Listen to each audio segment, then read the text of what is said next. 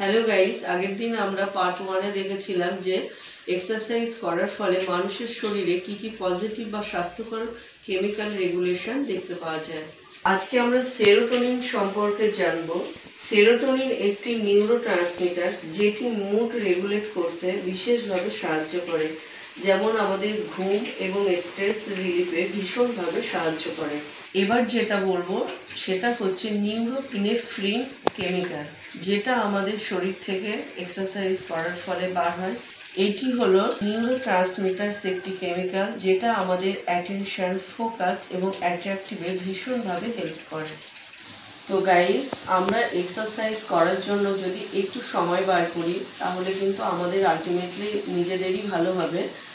এই ধরনের যে কেমিক্যালগুলো আমাদের শরীরে তৈরি হয় এক্সারসাইজ করার ফলে, এগুলো কিন্তু আমাদের ভীষণভাবে দরকার আছে। আপনি যদি 5 মিনিট বা 10 মিনিট বার করে এক্সারসাইজগুলো করেন তাহলে আপনি নিজেই ফিল করতে পারবেন। নেক্সট, অ্যানান্ডামাইড, এটিও একটি নিউরোট্রান্সমিটার। এই কেমিক্যালটি পেন রিডাকশন এবং রিল্যাক্সেশন ইমপ্রুভ করতে ভীষণভাবে সাহায্য করে। নেক্সট যেটা বলবো সেটা হচ্ছে অক্সিটোসিন নামক একটা কেমিক্যাল।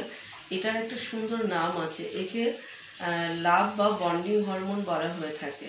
এটা কিন্তু সোশ্যাল বন্ডিং, ট্রাস্ট এবং ইমোশনাল কানেকশন ইমপ্রুভ করতে ভীষণভাবে সাহায্য করে। সবার শেষে যেটা বলবো সেটা হচ্ছে অ্যাড্রিনালিন। এটাও একটি নিউরোট্রান্সমিটার। এটা আমাদের শরীরে এক্সারসাইজ করার ফলে উৎপন্ন হয়। এটি আমাদের শরীরে অনেক উপকার করে, যেমন হচ্ছে heart rate, blood pressure, stress, এগুলো কিন্তু কন্ট্রোল করতে ভীষণভাবে হেল্প করে। গাইস, আজ এই পর্যন্ত। দেখা হচ্ছে নেক্সট ভিডিওতে। Thanks for watching the video.